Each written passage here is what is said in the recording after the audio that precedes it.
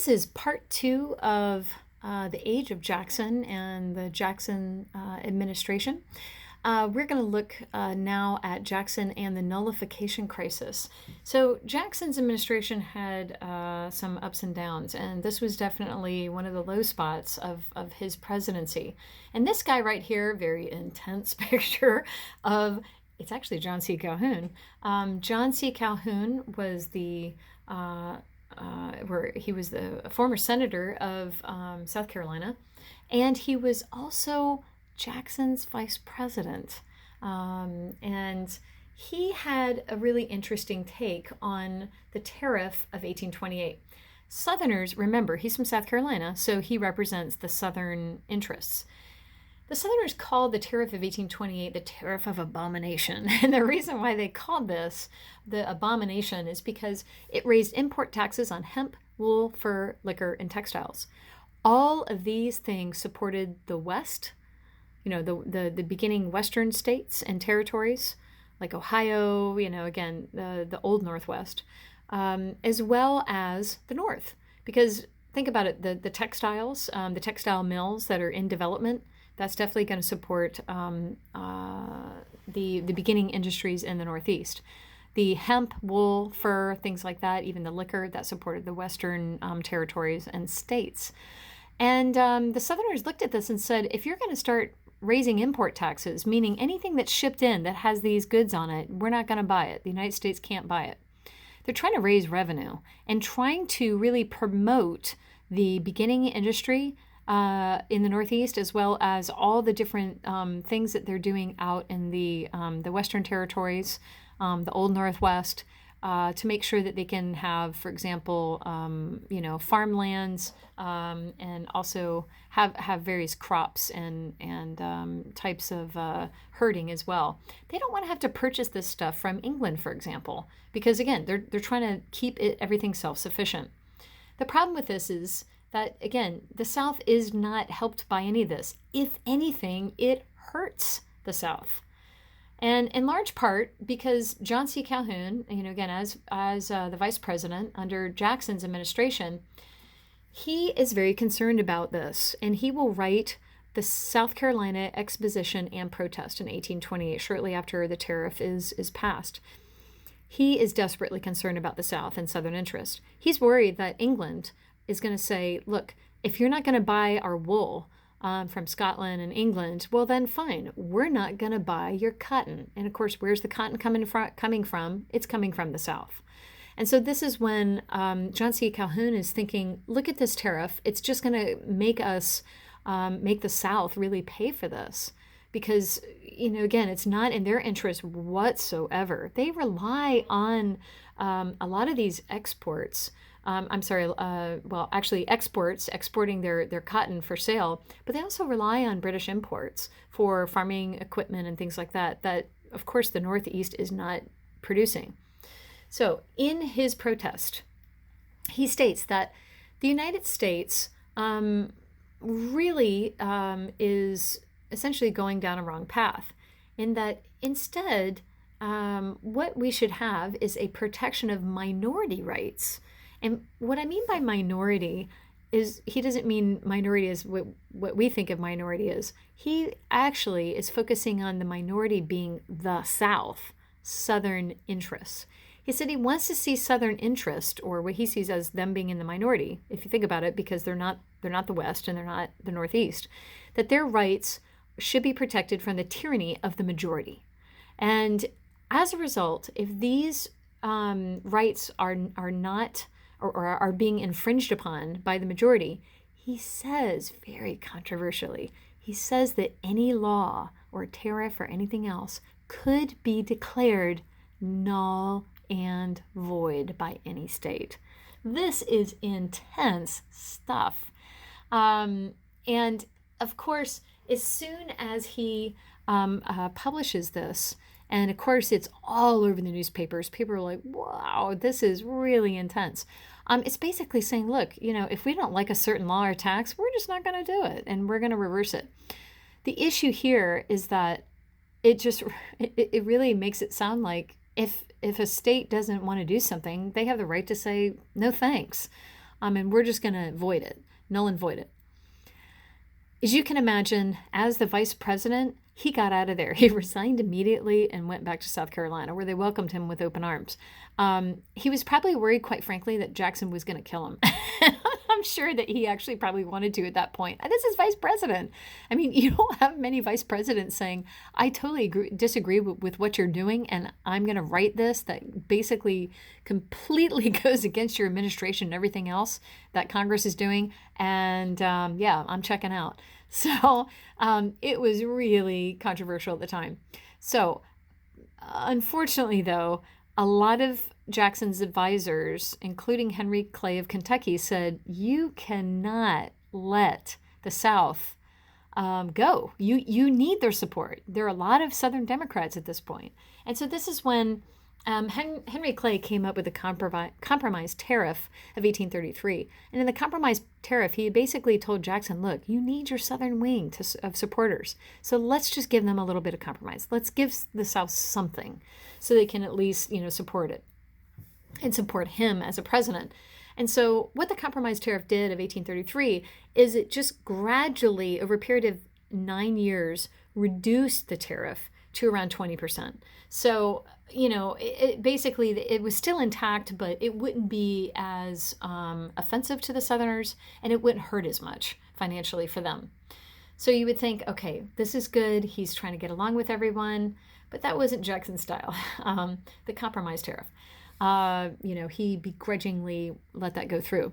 But I don't know if you ever heard of the expression, the olive branch and then the sword. This was the olive branch. He's like, okay, let's come to a peaceful agreement. And then he gives them the sword. The sword is the Force Bill of 1833, published or passed right, directly following the compromise tariff. The Force Bill said, if any individual state does not abide by any tariffs, taxes, or whatever that the federal government has issued as law, it means that he has the right to send in federal troops and take it and collect it. So you can imagine this is super offensive to the Southerners, and also other states are thinking, that's kind of a big show of force there. That is a force bill, and he means it. But he meant business. I mean, he wanted to make sure that the United States isn't falling apart from these pretty, shocking, radical views espoused by John C. Calhoun and other Southerners. But at this point, I hate to say it, I mean, it was already a done deal in many ways. Because the United States was seen as folding to and caving to the interest of the South in the compromise tariff of 1833, Southerners were essentially saying that they were celebrating in the South. In South Carolina in particular, they loved John C. Calhoun for doing this. They're like, you did it. You stood up against the federal government and you got exactly what you wanted. And unfortunately, it was in 1833 that the doctrine of secession, which was very much embedded in the South Carolina Exposition and Protest about what the rights of states are, the doctrine of secession, this is where it got started. I can't stress this enough, how incredibly important this is. I would definitely put an asterisk next to this point, in that a lot of people always wonder, and always, sometimes ask me, when do you really start to see the Southerners really pulling away from the idea of having a perpetual union and to really focusing on this idea of they have as much right as the federal government, do whatever they want, and their right to secede as one of them. This is where it begins. It's in 1833. It's not in 1860. It really begins here. This is when people started to think, Southerners in particular, are looking at this idea that if in some way, shape, or form they do not get what they want and their interests are not being met because they feel that they are in the tyranny of the majority, they can leave. They can just leave the Union. They can secede. So very, very important. Another point is that the South and slavery are forever linked with states' rights. And this will cause countless amounts of problems as we move towards the impending crisis in a little bit. Another aspect that I wanted to cover very briefly is the Bank War. Jackson, again, he just continued to have problems. The Panic of 1819. This was really tragic in that this panic took place before his presidency, but he really felt this. And he had this idea that the Bank of the United States was actually to blame. It was the most powerful lending organization at the time. And what had happened, and by the way, I always try to focus on linking the past with the present because it does really go hand in hand in many ways. There are a lot of overlaps and in some ways aspects that somewhat repeat, repeat in time. But this was one of them, in that those of you who remember the financial crisis of 2008 and the real estate market that was just rising, and then all of a sudden the bubble burst. In many ways, this is what happened in the Panic of 1819. Banks were making way too many loans to people who, quite frankly, couldn't afford it. And again, this happened before the economic downturns in 2008, where you have all these banks, a lot of people are defaulting on their loans, and of course, who collects all that? The banks. And so they were involved in all this land speculation, and it becomes really corrupt, and it also becomes unethical in what they're doing.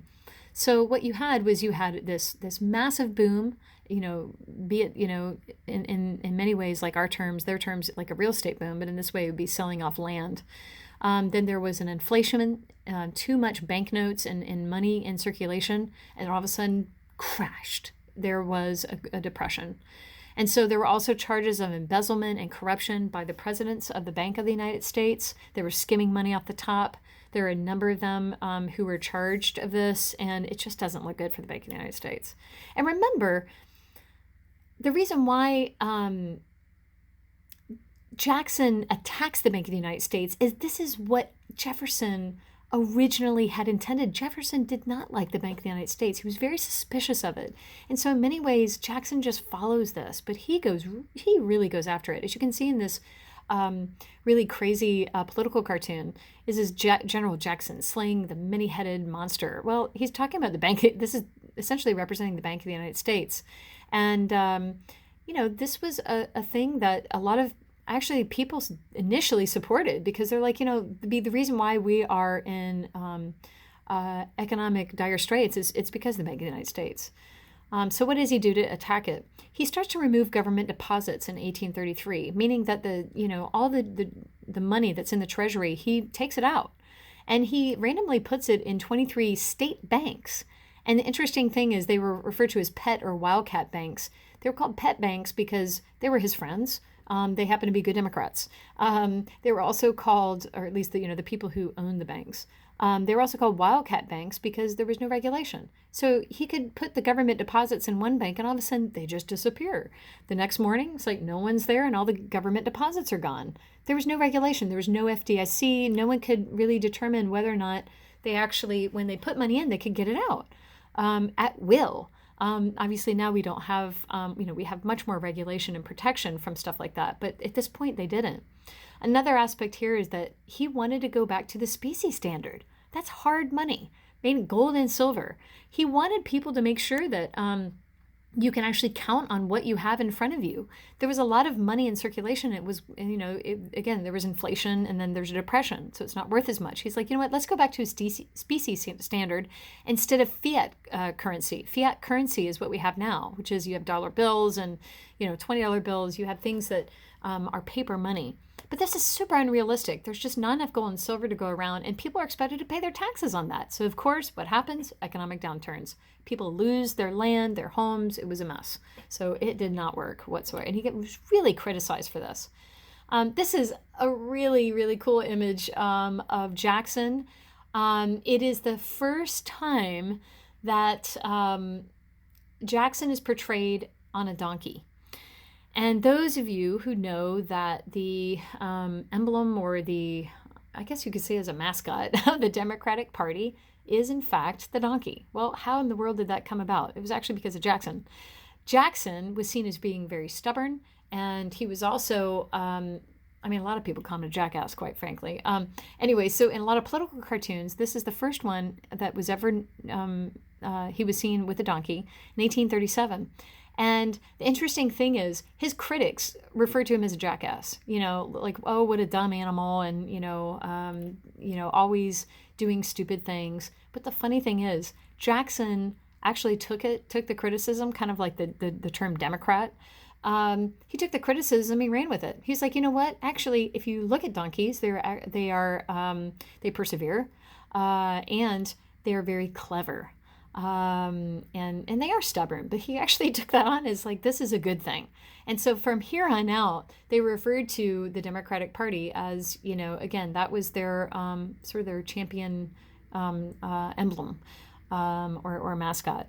And those of you who are curious to know about where the present day Republican Party came up with the elephant, that was actually with Teddy Roosevelt. And in large part because he loved to, shoot wild animals and stuff like that. But that came about a bit later. So anyway, just thought that was kind of a cool cartoon. This right here, by the way, this guy, that's Martin Van Buren. He will be the successor of Jackson's Democratic Party. And the really interesting thing about Jackson is that you have Jackson in many ways is following the legacy of Jefferson. And remember, Madison is Jefferson's right-hand man. Well, Martin Van Buren is Jackson's right-hand man. And it's really interesting, too, that Martin Van Buren, he would be the person who would succeed Jackson, just like Madison did with Jefferson. So the rise of the Whig opposition.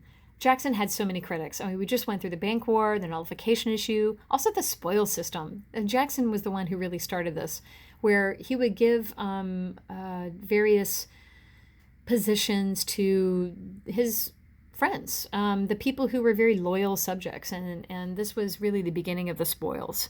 So a lot of people would criticize him for this as well. The Whig Party would be the party that would directly oppose him. And they would protest Jackson's power. He would be labeled as King Andrew I in various political cartoons, and they referenced tyranny.